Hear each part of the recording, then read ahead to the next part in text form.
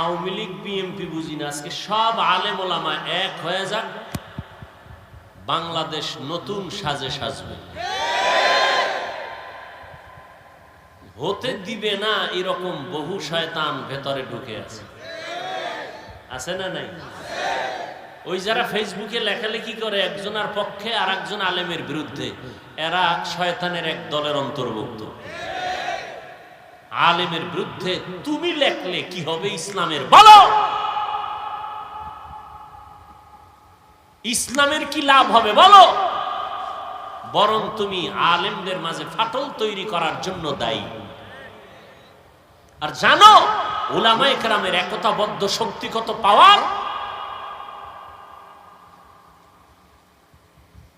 সবাই দিল থেকে আলেমকে মহব্বত করে, যখনই একতাবদ্ধতার মঞ্চের দিকে তাকায় তখন দূরে সরে যায়।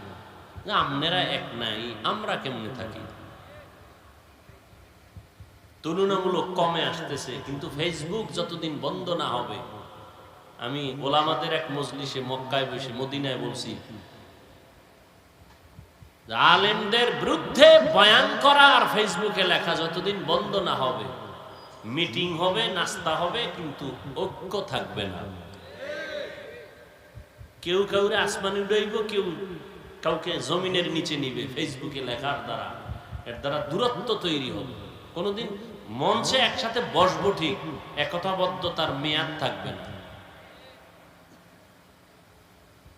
দোয়া করি, আপনারাও দোয়া করেন, উলামায়ে কেরাম সব এক হয়ে যায়, আল্লাহ তৌফিক দান করেন। সেক্ষেত্রে আপনারা দোয়া তো করবেনই। দোয়া করতে সমস্যা হলে অন্তত বরদোয়া করবেন না। আপনার বরদোয়া কবুল হবে কিনা সেটা পরের কথা, করবেন না।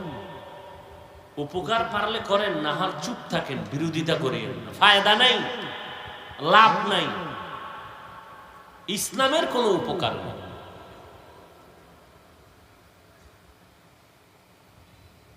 জুলুমের বিচার এ দুনিয়ায় হবে মরার আগে। আল্লাহ জুলুম থেকে আমাদেরকে হেফাজত করেন।